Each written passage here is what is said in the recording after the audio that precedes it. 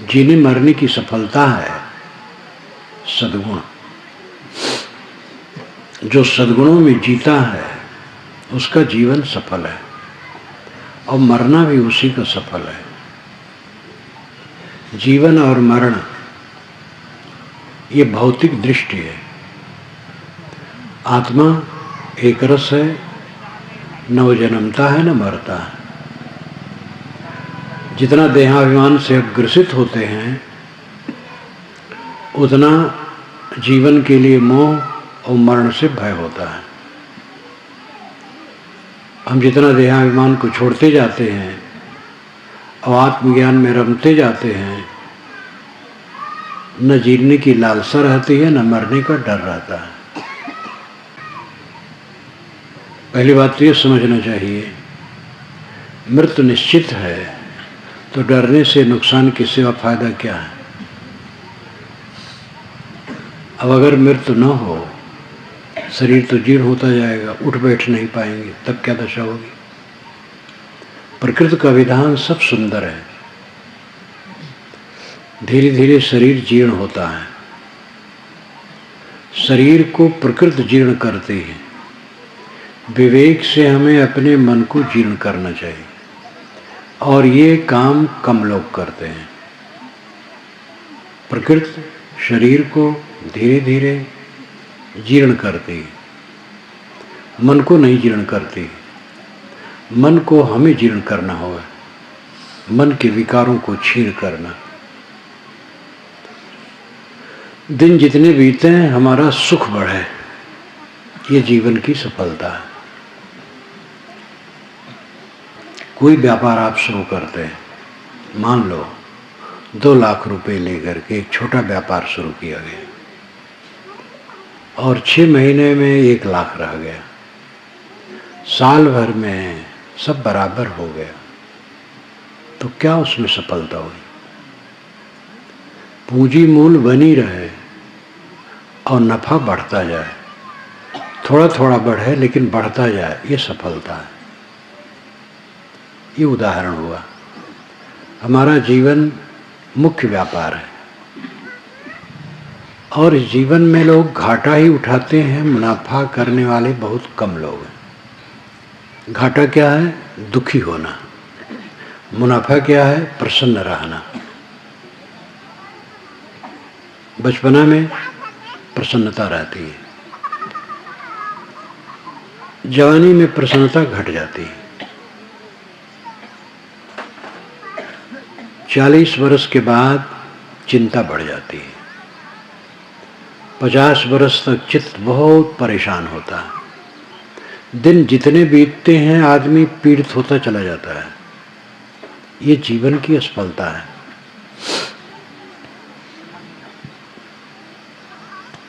दिन जितने बढ़े हमारा सुख बढ़े, और ये तब होगा जब जीवन को समझा जाए। जीवन को लोग समझते नहीं। एक तो यही ज्ञान नहीं है कि मैं देह से अलग चेतन आत्मा हूँ।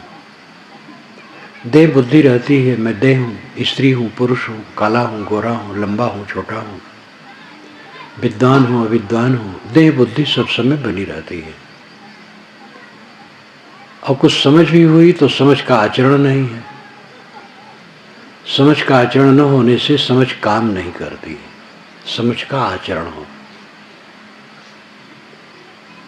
मानव शरीर कल्याण की भूमिका है, अन्य शरीर में कल्याण की संभावना नहीं है। खाना पीना प्रजनन करना सभी योनियों में है, और उतने ही में इंसान अगर जीवन बिताता है तो उसके जीवन की क्या सफलता है। खाना पीना तो जरूरी है, मजबूरी है, लेकिन जीवन का कल्याण हो। कल्याण का अर्थ क्या है?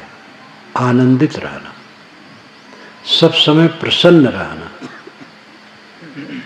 और प्रसन्नता प्राप्त करने के लिए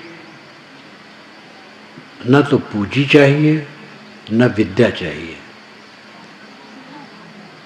न कोई बड़े कुल में पैदाइश चाहिए, न पद चाहिए, न प्रसिद्धि चाहिए। इसके लिए स्वच्छ मन चाहिए। निर्मल मन और प्रसन्नता एक सिक्के के दो पहलू हैं। एक सिक्का के दो पहलू चीर करके नहीं रखे जा सकते हैं। चीर दो, सिक्का नहीं रहेगा। एक ही में है, केवल दो पहलू हैं। इसी प्रकार प्रसन्नता और आनंद, ये दो पहलू हैं और बात एक है। कुछ लोग कहते हैं कि धर्म केवल विश्वास है। धर्म केवल विश्वास नहीं है, धर्म विज्ञान है। संप्रदाय विश्वास है। संप्रदाय और धर्म में अंतर है। संप्रदाय होता है तो उसमें एक मुख्य महापुरुष उपास्य होता है और एक किताब होती है जो ज़्यादा मानी जाती है और एक ढंग के रस्म रिवाज होते हैं। ये संप्रदाय के रूप बनाते हैं। ये धर्म नहीं है, ये संप्रदायों के रस्म रिवाज हैं। धर्म तो एक है जो सब में है, वह है संयम और शील। राम उपासक श्री राम को परमात्मा मानते हैं और उनके लिए वाल्मीकि रामायण नहीं, रामचरितमानस मुख्य ग्रंथ है। वेद भी नहीं, कहते तो हैं वेद का आदर कर देते हैं, लेकिन वेद और कुछ नहीं। वेद में कहीं राम की चर्चा ही नहीं, तो वेद में वो क्या खुश हो। गीता को आदर देंगे, लेकिन आदर देंगे। गीता को सर्वांग नहीं मान सकते। गीता में श्री राम के लिए कोई आदर नहीं। राम शस्त्र पितामहम, श्री कृष्ण कैसे कहला दिया गया है कि मैं शस्त्रधारियों में राम हूँ, बस इतने विशेषता है। राम शस्त्रधारी है बस। पूरे महाभारत में राम की कथा तो थोड़ी आ गई है, लेकिन कोई महत्व नहीं दिया गया है।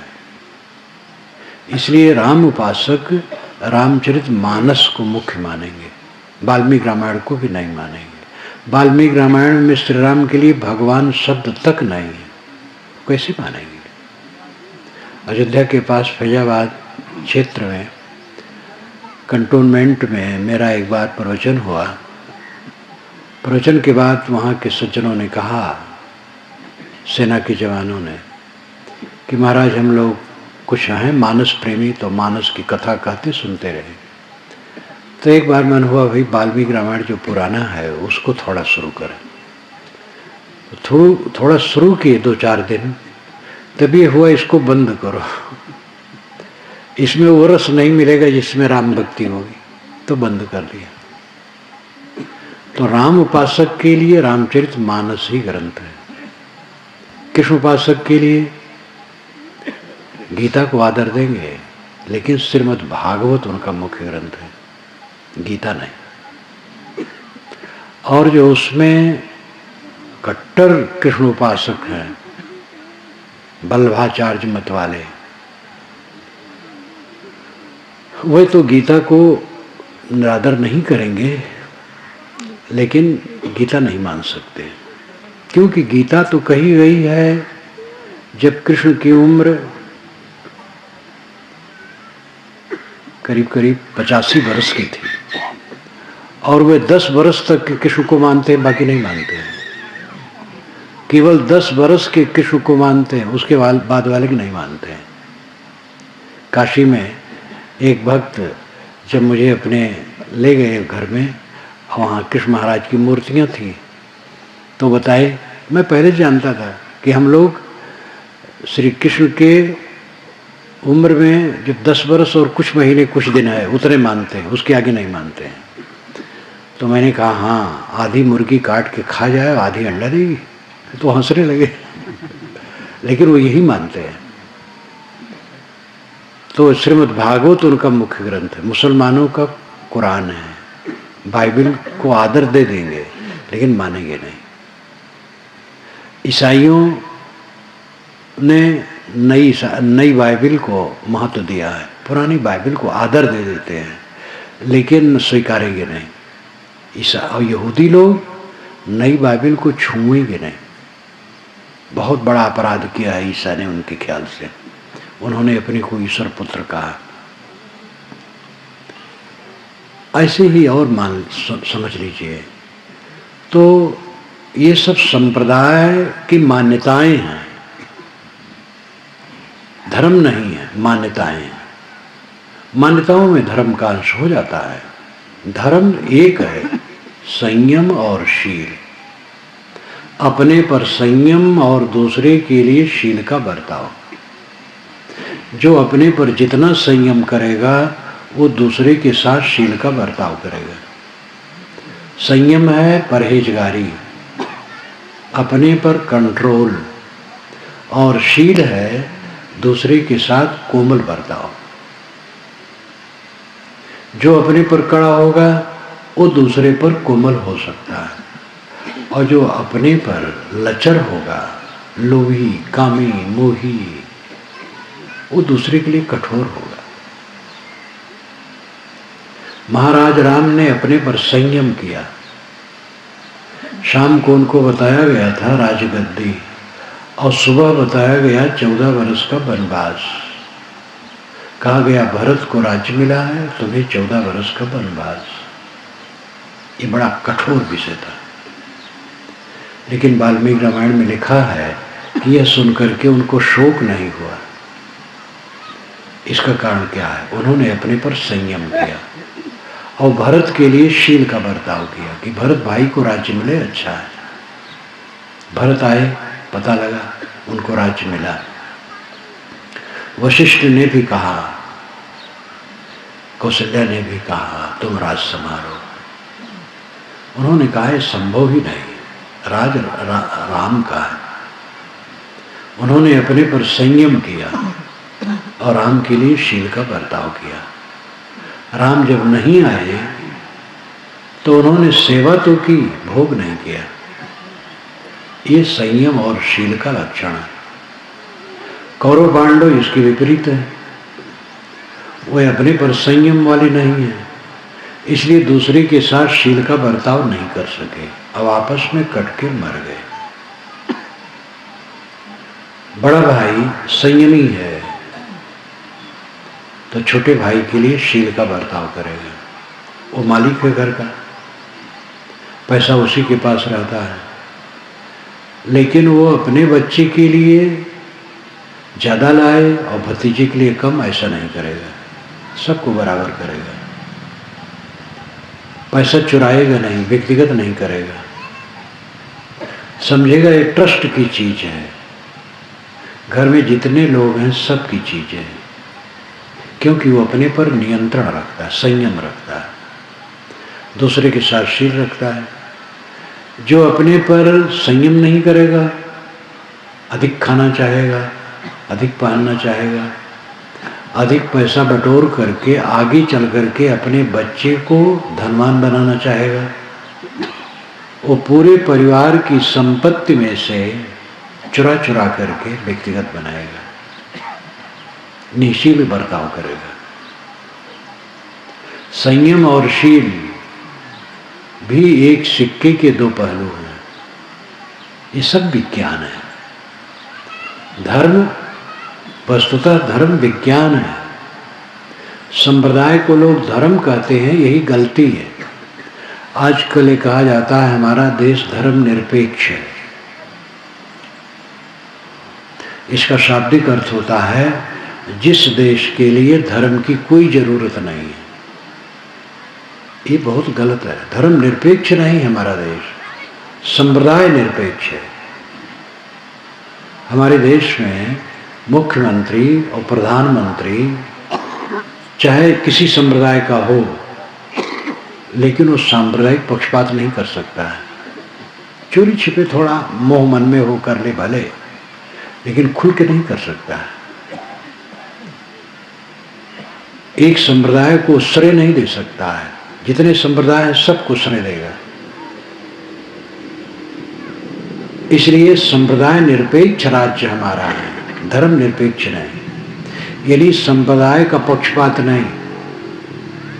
राजगद्दी पर बैठ करके किसी संप्रदाय का गुणगान नहीं किया जा सकता है, सबका आदर है। धर्म निरपेक्ष नहीं होता है देश। धर्म निरपेक्ष का मतलब है धर्म की जरूरत नहीं। संप्रदाय कहना चाहिए तो धर्म निरपेक्ष कहते हैं। संप्रदाय निरपेक्ष राज्य हमारा है। संप्रदाय बनते और बिगड़ते हैं और लुप्त हो जाते हैं, लेकिन धर्म न बनता है, न बिगड़ता है, न लुप्त होता है। आज पूरी दुनिया में जितने संप्रदाय हैं सब 3000 वर्ष के अंदर के हैं। हिंदुओं में जितने संप्रदाय चलते हैं कुल 2500 वर्ष के अंदर के हैं। पहले के संप्रदाय नहीं रहे। वैदिक देवता आजकल कोई हिंदू न जानता है न पूछता है, और जितने हिंदू जितना देवता पूछते हैं वो वैदिक एक भी नहीं। राम, कृष्ण, विष्णु, हनुमान, गणेश, दुर्गा, कोई वैदिक नहीं। वैदिक देवता हैं इंद्र, मरुत, वरुण, अग्नि, उषा, अश्वनी, दधिक्रा, बहुत है। उनको लोग जानते भी नहीं हैं, जानते भी हैं तो पूछते नहीं। ये परिवर्तन होता रहता है। संप्रदायों का परिवर्तन होता है और देवी देवताओं की कल्पनाओं का परिवर्तन होता है, लेकिन संयमशील का परिवर्तन नहीं होता है। इस्लाम 1432 वर्षों से है, उसके पहले नहीं था। ईसाईयत 2000 वर्षों से है। बुद्धत्व 2500 वर्षों से है। जैनत्व इससे पुराना है। लेकिन जैन दर्शन की कोई किताब महावीर स्वामी के सामने नहीं थी। उनके निधन के 1000 वर्ष बाद जैन दर्शन की पुस्तकें बनी है 32 अर्धमागधी में, दक्षिणी बिहार में। तो उनकी पुस्तकें, जैन दर्शन की पुस्तकें अभी 1500 वर्षों से ही हैं। हिंदू शब्द वेदों में कहीं नहीं है, शास्त्रों में भी नहीं है, उपनिषदों में भी नहीं है, रामायण महाभारत में भी नहीं है, पुराणों में है। ईरान वालों ने सिंध नदी को हिंद नदी कहा और इस देश को हिंद देश, और यहाँ के लोगों को हिंदू, तब से हिंदू शब्द प्रचलित हुआ। आप इसको शब्दकोश में भी देख सकते हैं। किसी भी शब्दकोश में देखें हिंदू, हिंदी, हिंदुस्तान जहाँ होगा तो आगे कोष्टक में फा लिख करके फारसी भाषा का निर्देश होगा। हिंदू शब्द फारसी भाषा का है, भारतीय भाषा का नहीं। संस्कृत कोश में हिंदू शब्द नहीं है। तो फारसियों ने सिंध नदी को हिंद नदी कहा, क्योंकि फारसी में जो संस्कृत में सा है वहाँ हा हो जाता है। जैसे हम लोग फसल को संस्कृत में शस्य कहते हैं, फसल शस्य, तो फारसी में हय कहते हैं। 1.5 सा है शस्य में, तो 1.5 हा वहाँ हो जाता है। और उसका प्रभाव राजस्थान, गुजरात इत्यादि में भी है। गुजराती लोग, कई लोग कहते हैं हवेरे आए, हवेरे ने सवेरे, सा को हा कहने की आदत है फारसी में। सिंध नदी को हिंद नदी कहा और इस देश को हिंद देश और यहाँ के लोगों को हिंदू, तब से हिंदू शब्द का प्रचलन हुआ। सारी किताबें किसी देश काल में बनी हैं, सारे महापुरुष किसी देश काल में उदय हुए हैं, लेकिन धर्म सदा रहा और सदा रहेगा। आप किसी लोक में चले जाएं और वहाँ मनुष्य हो और विकसित हो तो धर्म वहाँ भी होगा, लेकिन इस भूमंडल का कोई संप्रदाय वहाँ नहीं होगा। वहाँ कोई न वेद जानता होगा, न कुरान, न बाइबिल, न राम, न कृष्ण, न मोहम्मद, न ईसा, न कबीर, न बुद्ध, कुछ नहीं जानता होगा। वहाँ अपने ढंग से कुछ होगा, लेकिन संयमशील की प्रतिष्ठा वहाँ भी होगी। अपने पर संयम करो और दूसरे के लिए कोमलता का बर्ताव करो, ये वहाँ भी होगा। यही सनातन धर्म है। आजकल सनातन धर्म का अर्थ मानते हिंदू समाज में कि रामकृष्ण को अवतार मानना, वर्ण व्यवस्था मानना, गौरी गणेश की पूजा मानना, चारों धाम मानना, एकादशी व्रत रहना, घर में तुलसी बिरवा रखना, गौरी गणेश की पूजा करना, ये सनातन धर्म है। लेकिन ये तो वैदिक भी नहीं है, ये सारी बातें वेदों में कहीं नहीं है, पीछे से है। ज़्यादातर तो 1500 वर्षों से ये भारतीय धर्म, जो हिंदू धर्म कहा जाता है, 1500 वर्षों के सब प्रचलन इसमें आए हैं। पहले वाले बहुत ठंडे हो गए। ये संसार का स्वभाव है।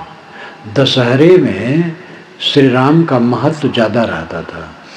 अब आप ध्यान देंगे तो दुर्गा का महत्व बढ़ रहा है।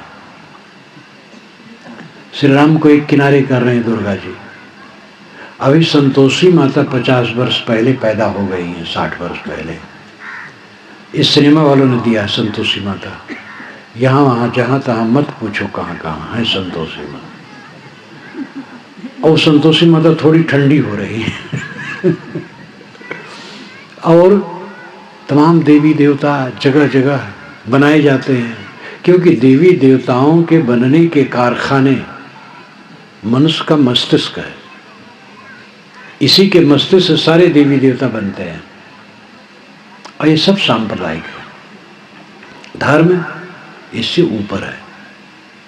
आप राम राम कहते हैं कि कृष्ण कृष्ण की सतनाम, इसका महत्व नहीं है। कितने शीलवान हैं, कितने सदाचारी हैं, कितने संयमी हैं, इसका महत्व है। इसलिए धर्म के तत्व को हमें समझने की जरूरत है। सदगुरु कबीर ने कहा, सदा धर्म जाके हृदय बसई, राम कसौटी कसते रही।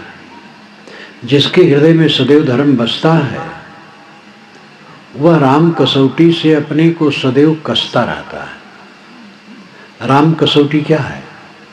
अंतरात्मा की आवाज के अनुसार काम करना। हमारी अंतरात्मा बताती है यह करो यह न करो, भलाई कर भला होगा, बुराई कर बुरा होगा, कोई देखे न देखे पर खुदा तो देखता होगा। बहुत बढ़िया गीत है। भलाई करोगे आपका भला होगा, बुराई करोगे आपका बुरा होगा। भलाई बुराई क्या है? भलाई है अपने मन इंद्रियों का संयम करना और दूसरों की सेवा करना। बुराई है अपने मन इंद्रियों को चंचल करना और दूसरों को तकलीफ देना। भलाई करोगे भला होगा आपका, बुराई करोगे बुरा होगा।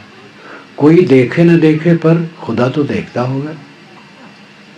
आप चोरी करें, कोई देखे न देखे आप देखेंगे। कोई जाने न जाने आप जानेंगे। आपकी आत्मा खुदा है, वो देख रहा है, वो जान रहा है, उससे छिपाया नहीं जा सकता है। सबसे बड़ा परमात्मा तो दिल है, अंदर में बैठा हुआ दिलदार, उससे छिपा करके कुछ संभव नहीं। इसलिए अपने को सब संभालें। धर्म का तत्व विश्वास नहीं है, विज्ञान है। कारण कार्य की अटूट व्यवस्था सर्वत्र है, उसी के अनुसार सब कुछ होता है। अंधविश्वास में समाज बहुत डूबा है। भूत प्रेत आपको लगते हैं, भूत प्रेत कहीं नहीं होते हैं। बहुत दिनों से मैं इस क्षेत्र में भी आता हूँ, उड़ीसा तक क्षेत्रों में गया और यहाँ तक ललकारा कि कोई बैगा आपके तरफ में हो, यहाँ के सारे भूत प्रेतों को मेरे ऊपर कर दे। कोई बैगा नहीं मिला। और टोनही अगर हो तो आवे टोना मारे, मैं तैयार हूँ उसका टोना लेने के लिए। टोनही होती है, टोनहा कम होते हैं। ये पुरुष लोग स्त्रियों को परेशान करते हैं, अपना टोनहा नहीं बनते और टोनही कह करके कितनी स्त्रियों को संताप देते हैं। अगर टोनही कह करके कहीं कोई स्त्री संताप देता हो, तुरंत थाने में कार्रवाई करनी चाहिए। ये बहुत बड़ा अपराध है। अभी भी टोनही के नाम पर स्त्रियां बहुत सताई जाती हैं। टोनही टोनहा दोनों झूठे हैं, भूत प्रेत झूठे हैं। ग्रह लगन मुहूर्त कुछ नहीं, दिशाशूल नाम की कोई चीज नहीं, अंग फड़कने से कोई हानि लाभ नहीं। शकुन अपशकुन दोनों झूठे हैं। तेली को देखो तो अशुभ है और धोबी को देखो तो शुभ है, दोनों झूठ है। रोज लोग तेल खाते और तेल लगाते हैं और उनका नुकसान नहीं होता, तेल ही नुकसान कर दिया। विधवा स्त्री अशुभ है, विधुर अशुभ नहीं है, एकांगी पक्ष। कहीं विवाह होता है, अगर वहाँ विधवा आ जाए तो फिर दूर हो दूर हो दूर, लेकिन विधुर हो तो कोई दूर नहीं करता है। ये सब बकवास और भ्रम है। अंग फड़कने से कोई नुकसान नहीं होता है और न कोई फायदा होता है। अपनी हाथ की रेखा किसी को न दिखाओ, हाथ से काम करो। हाथ की रेखा देखने वाले अपने हाथ की रेखा नहीं जानते हैं। दूसरे की तकदीर बताने वाले अपने तकदीर को नहीं जानते हैं। ये सब भटकाव है। बड़े बड़े तांत्रिक हमारे देश में है, ठग है, जो ठगते हैं लोगों को। और जो बड़े बड़े ठग हैं ये साधारण जनता के चक्कर में नहीं पड़ते हैं, ये शिक्षितों को ठगते ज़्यादा। गांव वाले उनको कितना देंगे? 10, 20, 100, 50, 1000, 2000, 4000 कितना देंगे? जो बड़े बड़े पूंजीपति हैं, राजनेता हैं, अफसर हैं, वकील हैं, डॉक्टर हैं, इंजीनियर हैं, प्रोफेसर हैं, इनमें एक वर्ग ऐसा है जो बहुत भोला है। जज हैं, वकील हैं, कानून का ज्ञान है, लेकिन सत्य तत्व से दूर है। इसी छत्तीसगढ़ में एक बार रहा तो एक अफसर ने ट्रांजिस्टर मंगाया। ये घटना 40 वर्ष पुरानी हो गई। तो उसमें आवाज़ नहीं आ रही थी तो बैगा बुला करके उसको झड़वाया। ट्रांजिस्टर में गड़बड़ी हुई, उसको उसके बनाने वाले को देना चाहिए। तो पढ़े लिखे लोग सब अंधविश्वास से रहित होते हैं, बिल्कुल झूठ बात है। पढ़े में और अपढ़ में दोनों में विचारक होते हैं और दोनों में भोग्गा होते हैं। भोग्गा लड़का तो नहीं, मूर्ख। बड़े बड़े तांत्रिक के पंजे में जज हैं, वकील हैं, डॉक्टर हैं, आईजी डीआईजी हैं और बड़े बड़े नेता हैं, बड़े बड़े पूंजीपति हैं और उनको चूसते हैं। लड़का बच्चा आपको नहीं है, कोई आपको बच्चा नहीं दे पाएगा। बच्चा के लिए सर मत पटको। बच्चा जिनके है उनको मजबूरी है, सेवा करना पड़ेगा, निभाना पड़ेगा। जिनके बच्चे नहीं, वो मजबूरी नहीं, झंझट नहीं है। क्यों दुखी होते हो? बच्चे वालों की रात दिन आरती उतारी जा रही है। बच्चे वालों को देख लो, बच्चे वाले कितने स्वयं झंकते हैं।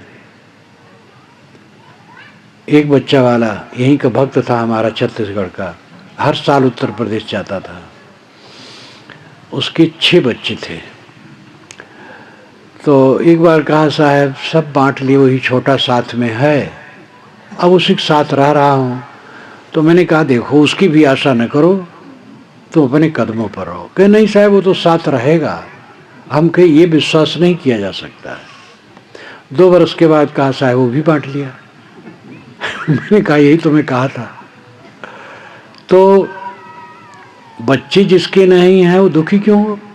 बच्चे वाले दुखी हो, क्योंकि बच्चा है, पालना है, पोसना है, पढ़ाना लिखाना है और उनको धंधा में लगाना है, उनका शादी विवाह करना है, उनके बाल बच्चे हो, सब पूरा झंझट जीवन भर भोगना है।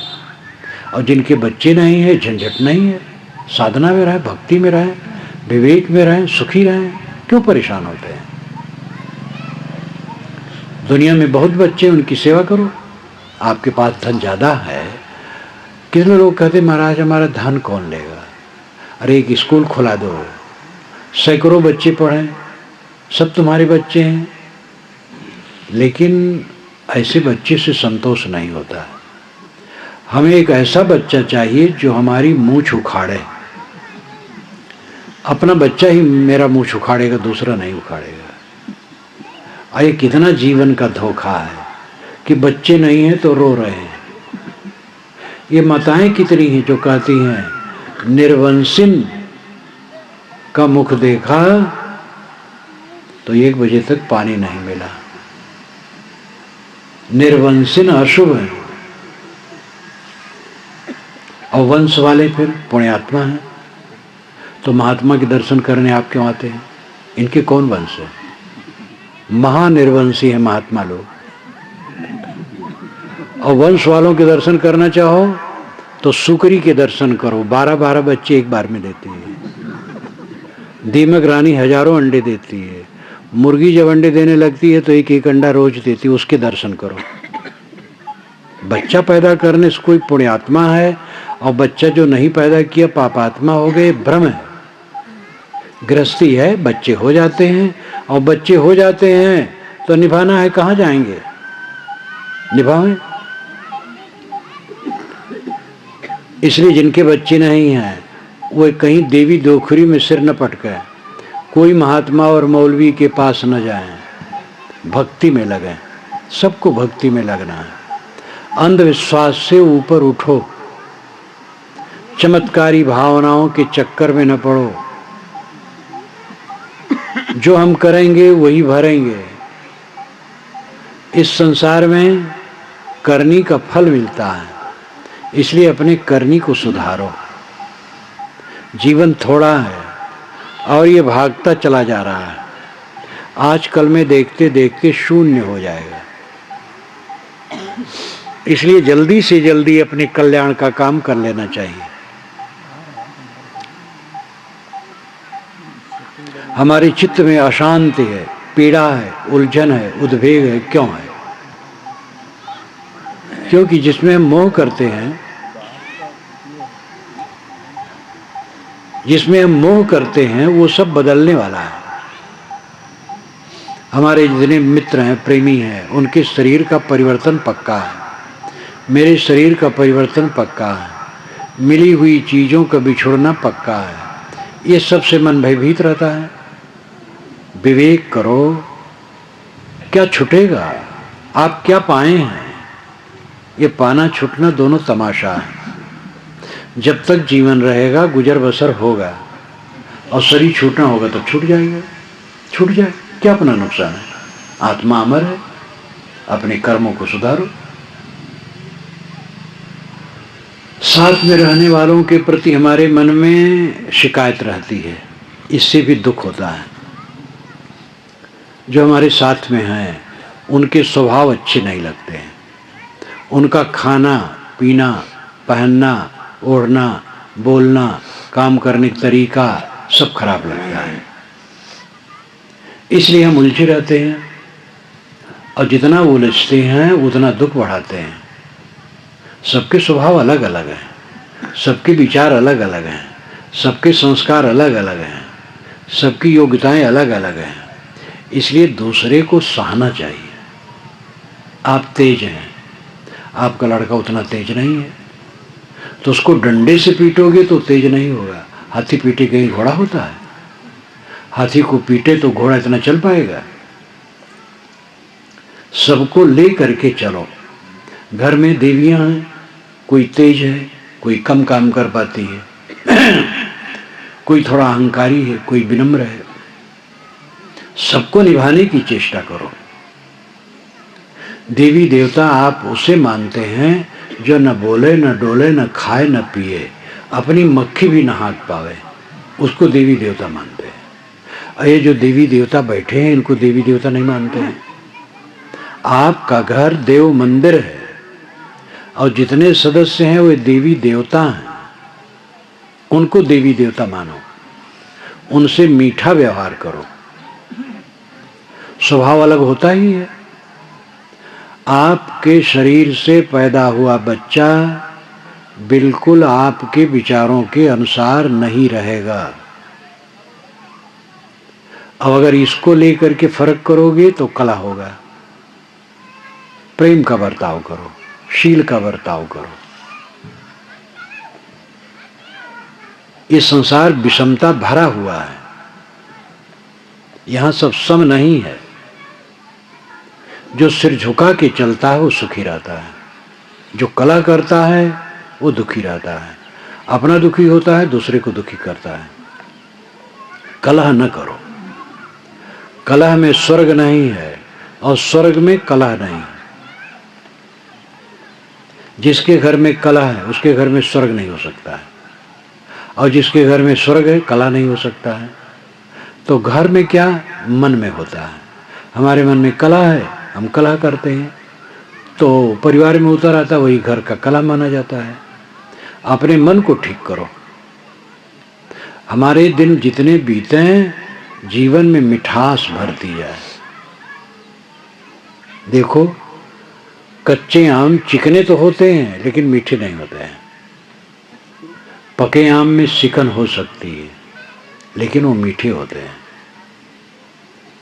जवान सुंदर भले दिखें लेकिन वो अपरिपक्व होते हैं, अधकचरे। बूढ़े सुंदर न दिखें लेकिन वो पके होते हैं, लेकिन उनकी पकाई की विशेषता है जब उनमें मिठास हो। 4 बूढ़े बैठेंगे तो अपने बच्चों की निंदा शुरू करेंगे। जहाँ 4 बूढ़े इकट्ठे हुए, कहो भैया राम राम राम राम, कुशल मंगल। क्या कुशल कहूँ, लड़का कहे में नहीं है। दूसरा कहेगा यार तुम्हारा लड़का खाली कहा नहीं मानता है, हमारा लड़का तो हमें गाली देता है। सब अपने बच्चों की बुराई करेंगे। ऐसे बुढ़िया अपने बहुओं की बुराई करेंगी। और ये समझ लो, बहुएं ही सास की सेवा करने वाली हैं। लड़की से तो बहुत प्यार है, बहू से प्यार नहीं। लेकिन माताओं को समझना चाहिए कि बहू ही असली लड़की है। अपनी लड़की तो चली गई दूसरे घर, और पहुना रूप में कभी आ जाएगी। अब जो बहू आई है वही असली लड़की है। उसको प्यार दो, प्यार दोगे तो प्यार पाओगे, और बहू से फर्क करोगे तो फर्क होगा। जो अपने बहू को सताती है, दुर्व्यवहार करती है, वो तो बहुत ही गलत है।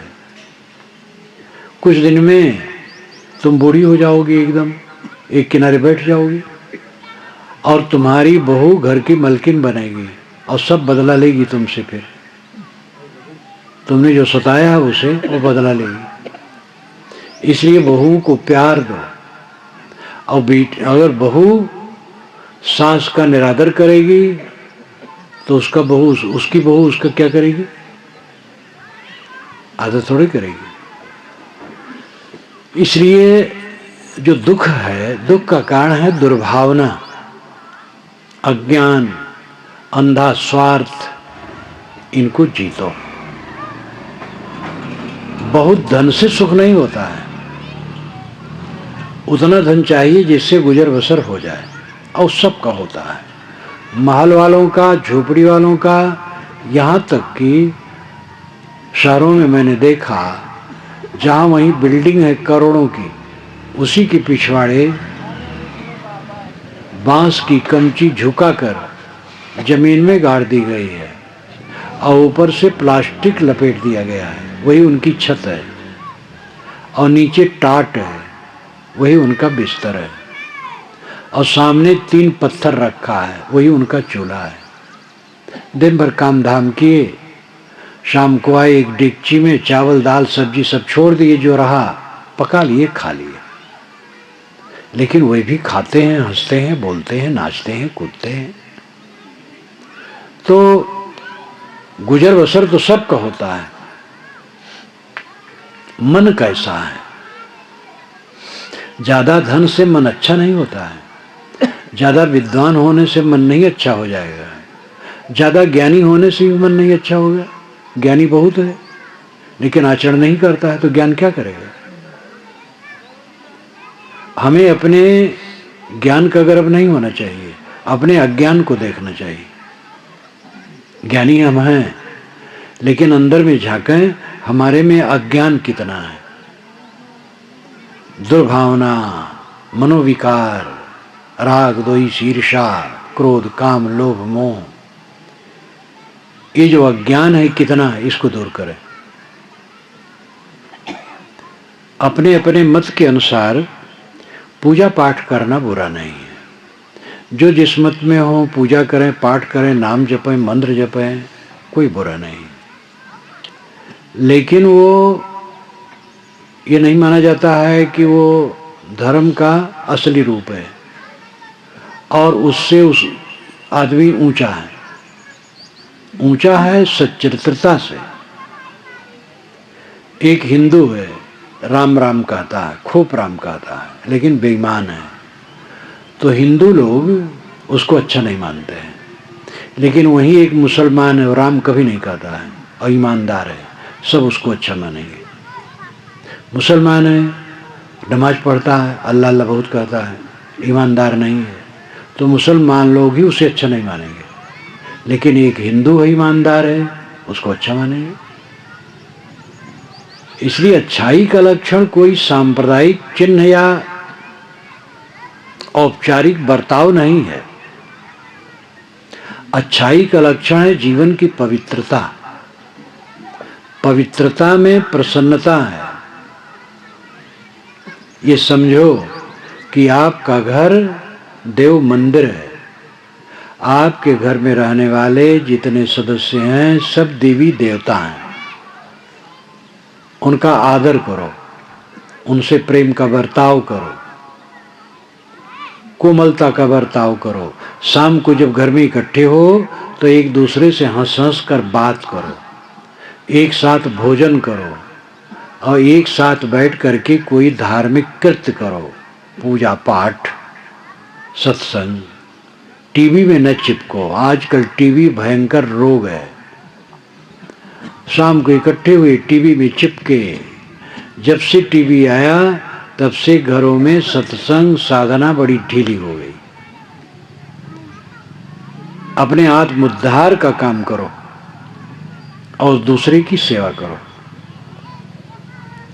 सुबह से शाम तक दुनिया का प्रपंच है, वही प्रपंच दिमाग में आएगा।